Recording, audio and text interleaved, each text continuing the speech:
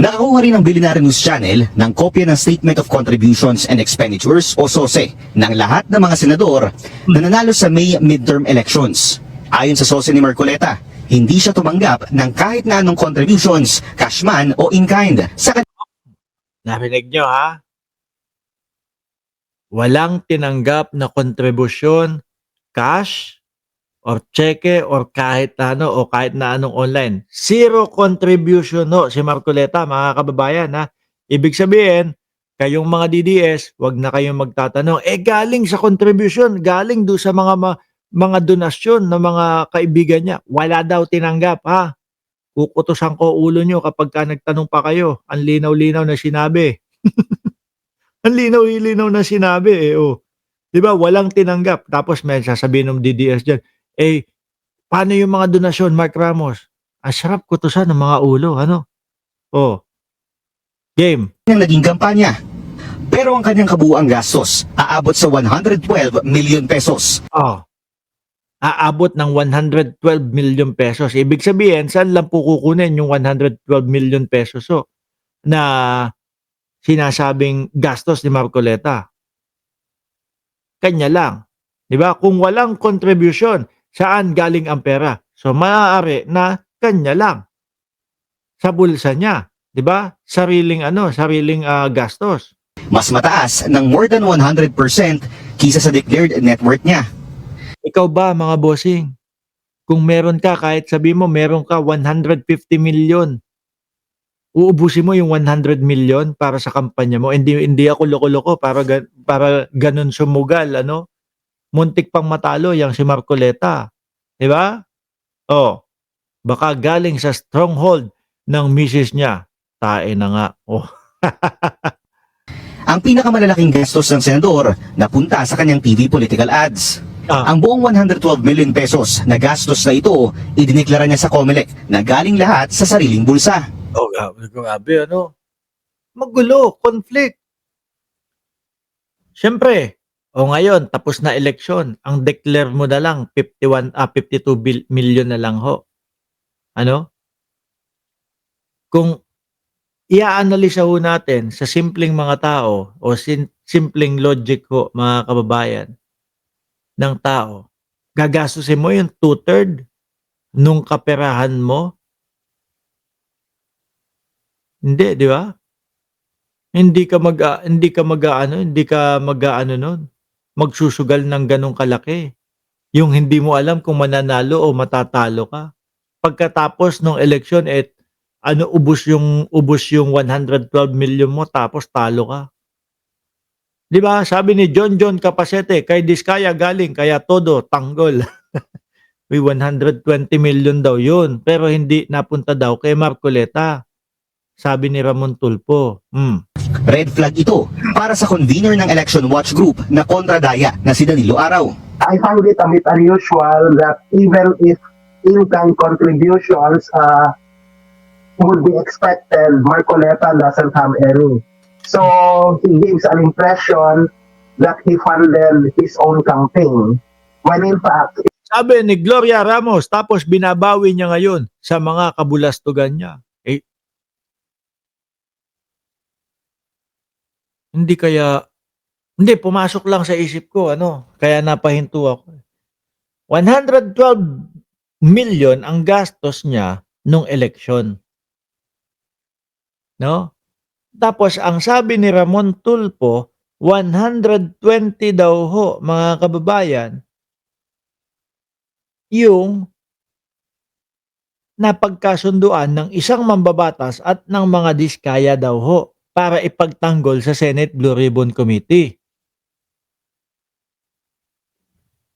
Kung tatanggapin yun, tubo pa ng 8 milyones si Marcoleta. Kung lang ho, pero hindi ko sinasabi si Marcoleta kasi nga hindi daw ho si Marcoleta yung tumanggap. Kung tatanggapin o kung siya yung nakatanggap ng 120 million galing sa diskaya para ipagtanggol daw ho yung mga diskaya sa Senate Blue Ribbon Committee at 112 yung kanyang ginastos nung panahon ng kampanya, tubo pa nga naman ng 8 milyones. Pero wag niyong isipin ho yun. Hindi si Marcoleta yan, mga kababayan. Nilinaw na po ni Ramon Tulfo doon sa kanyang post na hindi daw po si Marcoleta yun. Ako, hindi ako naniniwala na si Marcoleta yun. Kayo ba dyan sa comment section? Press 1 nga kung kayo ay naniniwala na si Marcoleta yun. Press 2 kung kagaya ko na ang pinapaniwalaan nyo ay hindi si Marcoleta yun. O dyan sa comment section, makita natin. Ano? Sabi ni Rodrigo Duterte, ako ang nagbigay. Pwede Mark, tubo pa nga. O sabi ni Ma'am Gloria. Ulitin ko ha. Press 1 kung kayo ay naniniwala na si Marcoleta yung tumanggap ng 120 million galing daw ho sa Diskaya. Sabi ni Ramon Tulfo. Ngayon, press 2 kung kayo ay naniniwala, kagaya ko, na hindi si Marcoleta yung tumanggap na yon.